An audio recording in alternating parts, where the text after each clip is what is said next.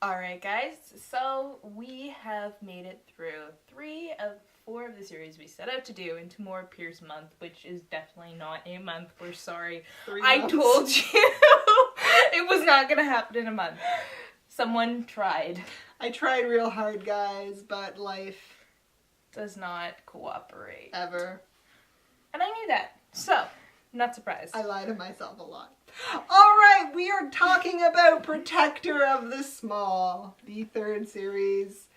This one I can kind of give a quick recap for because I don't even know. I feel like stuff happens, obviously, but not as much. I feel Is the two detail previous, oriented.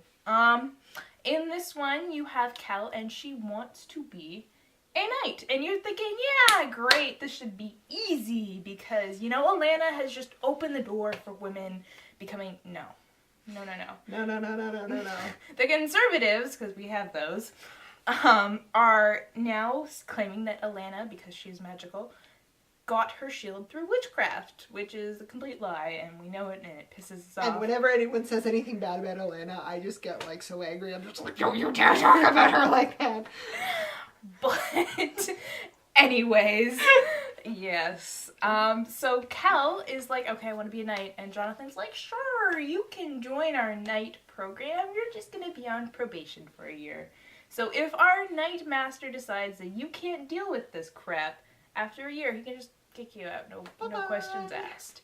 And the guy who is running the night program is supposedly really fair, but he's also one of the conservatives, so it seems very unlikely that she's going to get through. She does. Moving on. She has a very big thing against bullies. She stops the hazing ritual. Her first 2 books are kind of about her confronting bullies. Eventually she becomes a squire, and she squires for Raoul. We met with Alana. He's one of her childhood friends, and he's just a very big, sweet man. Yeah. He's very good at I love fighting. him. I love him very much. Oh, so cute. She has her best friend Neil, who's very sarcastic. And yeah, there is this kind of war that's been starting up over like the first 3 books, and it hits the peak on the 4th book when Cal is a full knight. Basically this war is with the Scanrans, who we kind of dealt with in Atlanta, but now they're really causing trouble. They also have a mage who likes to make mechanical monster killing machines. He is not just a mage, Chelsea. He is a necromancer. Yeah. He messes around with the dead. And he has a specific favorite. He doesn't just kill anyone to make his crazy, creepy murder machines. And he could kill anyone, let's be real here. He could kill anyone to make his crazy machines.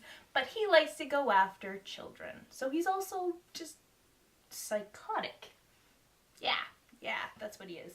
So anyways, Cal eventually has to defeat this guy, which he does. It doesn't end the war, but it kind of tilts the war back into our favor. And yeah. Alright, so let's talk about characters! Yay! Okay. I like Kel in theory.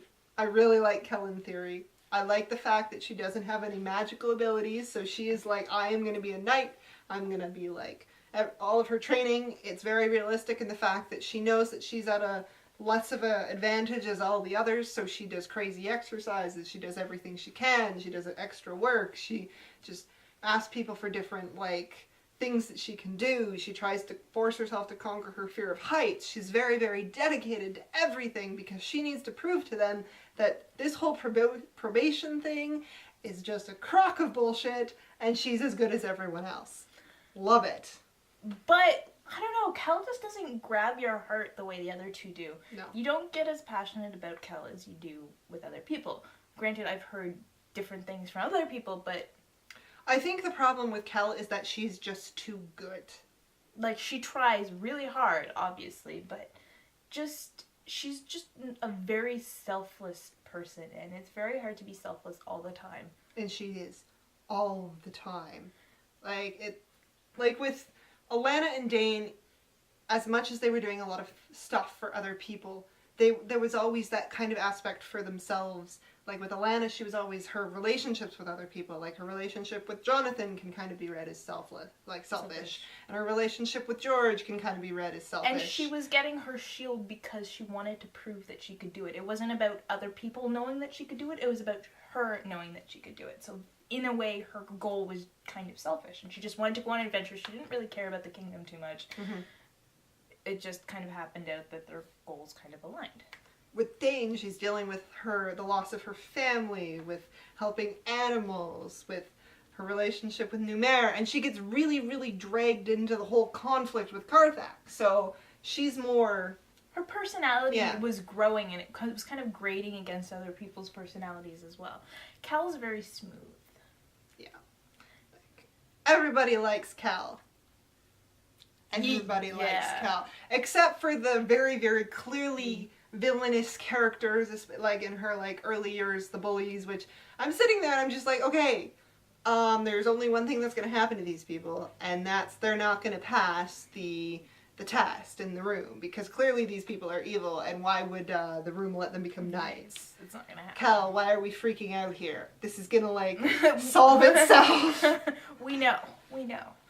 Anyways, yeah, so other supporting characters, we have Neil, who's her best friend, and he's just very sarcastic and just kind of like, why am I here? What? This is not, why? This is not smart. We should be doing other things. Like, oh, alright, if you insist. It was the worst mistake of my life, like sponsoring you. That's the worst thing. Did not foresee the consequences on that one. Crap. Also interesting is the fact that the conservatives, and every time I use that just makes me giggle, are like, oh, Alana can't go anywhere near Cal because clearly she's helping her. And so Alana's just like, I can't be near her. And so she like... Alana gets very pissed at Jonathan. And I was pissed at Jonathan. Like, Jonathan has slowly turned into a dick. Yeah. Just like, when you see him through Dane's eyes, he's okay. When you see him through Alana's eyes, you see a friend because they grew up together. But when you see him through Kel's eyes, he's very calculating and... But at the same time, I don't really trust Kel's perspective. No. Because when Kel meets George... And like, I will go to bat for George over everything. Kel meets George, and she's like, I don't know how did this bitch marry the lioness? And I'm just like, you bitch! You don't know him! Don't say things. You shouldn't talk about people you don't know. But just, like, I don't know. Jonathan seems very manipulative. Yeah. I mean, he's like, you're almost not sure why he's making, like, good decisions. You're like, is he just making it to get on Kel's good side, or is he just... Like, I think Kel is very judgmental. Mm-hmm. She's selfless, but she's very judgmental. And once she has an idea of a person, she has a very hard, letting that go. So, it gets really annoying, especially as a reader who's come across all these other characters, and you know everybody's stories. And so you know why they're the way they are. And having somebody tell you, oh, well, you know, he's not good enough for her, when you think of all the stuff that they did together, or... what they've been through, or how long it's been, and how they've turned into this person. You're like, okay, well, yeah. But I don't know, Jonathan just kind of pissed me off after Alana, too, right? Like, just the way he treated her, I was kind of like, I don't trust you anymore. Mm-hmm. So, I kind of get where she's coming from, but he just really pissed me off in this book. Really pissed me off. Yeah. Who else is worth mentioning? Numair. Numair gets to showcase his crazy awesome magicness, and there's a quote in the book, I think it's the fourth one that I really liked, when she was talking to people about Numair, and they're like, well, you know, Numair, he says that he can't do something simple like blow out a candle with his magic because the candle will explode. He can only work in like big crazy things. He can't do little things. And so that kind of gives a perspective on just the kind of person he is and what he's dealing with. So his gift, while it's great and it can do a lot of things, it's not the be-all and end-all of perfection. Cool. Yeah. Dane runs around, Dane does stuff. Dane proves herself to be very useful in any war, once again. Just the whole land just comes right after you. Just right after you. But I was definitely more interested in Dane in this book than I was in like the other books. So like even her story, I wasn't as attached to her, but when she shows up in Protector of the Small, I'm like, okay, I can take you now. You know what? We've had some time to calm down. But this book is really a good well, it's like kind of a response to Alana. Mm-hmm. I feel like Allie is even more, but you're definitely getting a lot of the feminist theory and criticisms coming out in this book. There's a quote that you really liked. Mm-hmm. But to summarize it, it's basically like somebody's like questioning Kel's authority, and she's like, you noticed how whenever somebody's questioning a woman's authority, it always comes down to whether she's on her period or whether she's a slut or not. And like, how come when I don't agree with you, men, I can't just, blame it on your manhood. Yeah, not working. Hey. So I do really like her in theory. She, like, the stuff she brings to the table, how she deals with certain things, but at the same time, I'm just like, Kel, you gotta take a step back and think about yourself for once. Like, you gotta be critical of these things. Like chivalry, she takes it to the, like, nth degree. And everybody is like, that isn't possible. Like, you can't do that. Chivalry is just not workable as this flat table definition kind of thing. And Kayla's like, nope, we're doing this. So, yeah. Like, I'm trying to think of a good example of Kel being ridiculous with chivalry. And it's not that she holds herself up to these very, very, like, high standards. And when other people don't meet her standards, she loses it. Like, she can't comprehend. Like, she, it's the job of a knight or a noble to take care of the non-nobles. And then she finds out that, some of the knights and some of the squires are bullying and doing horrible things to servants and serving girls. And she just gets so mad about it. And like, they're not following the code. And no, the code says this and this and this. And I don't remember who says it to her. It's just like, not everybody's a good person. And there's really no point in ranting and raving over this, but doing what you can to make things better. But yeah, she just has like a moral compass that's almost too hard to take. Mm-hmm. That's what it is. But anyways, I think that pretty much sums up. We gotta talk about the necromancer. Oh yeah. Because like... Okay, so the necromancer, we don't get to see a lot of him actually. It's definitely a good comparison to Orzorn and our good old buddy Roger, in the fact that, like, Roger, he was everywhere. You saw Roger all the time until he died and he came back. Orzorn, he's just kind of talked about. For a long time, and then halfway through, in he comes. And then in the third book of Protector of the Small, she is with on the battlefield, and they're dealing with stuff, and all of a sudden this gigantic mechanical thing comes at them. And I'm just like, all right, what's going on? Does anybody want to tell me what I'm looking at here? And, like, it doesn't get explained. And I'm just like... Until, like, she goes into the chamber, and it's like, oh, by the way, okay, you're good enough. So there's this guy, and he's doing things, and I need you to go get him. Okay? Cool. Awesome. Have fun, kid.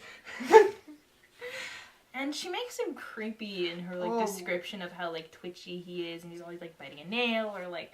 She calls, like, Kel calls him, like, the nothing man. Like, he's just... Yeah, kind of icky, yeah. And... Like, the word... Yeah. Throughout the fourth book, I'm just like, okay, Kel, let's go find him. Let's go deal with this. Let's go do this, Kel.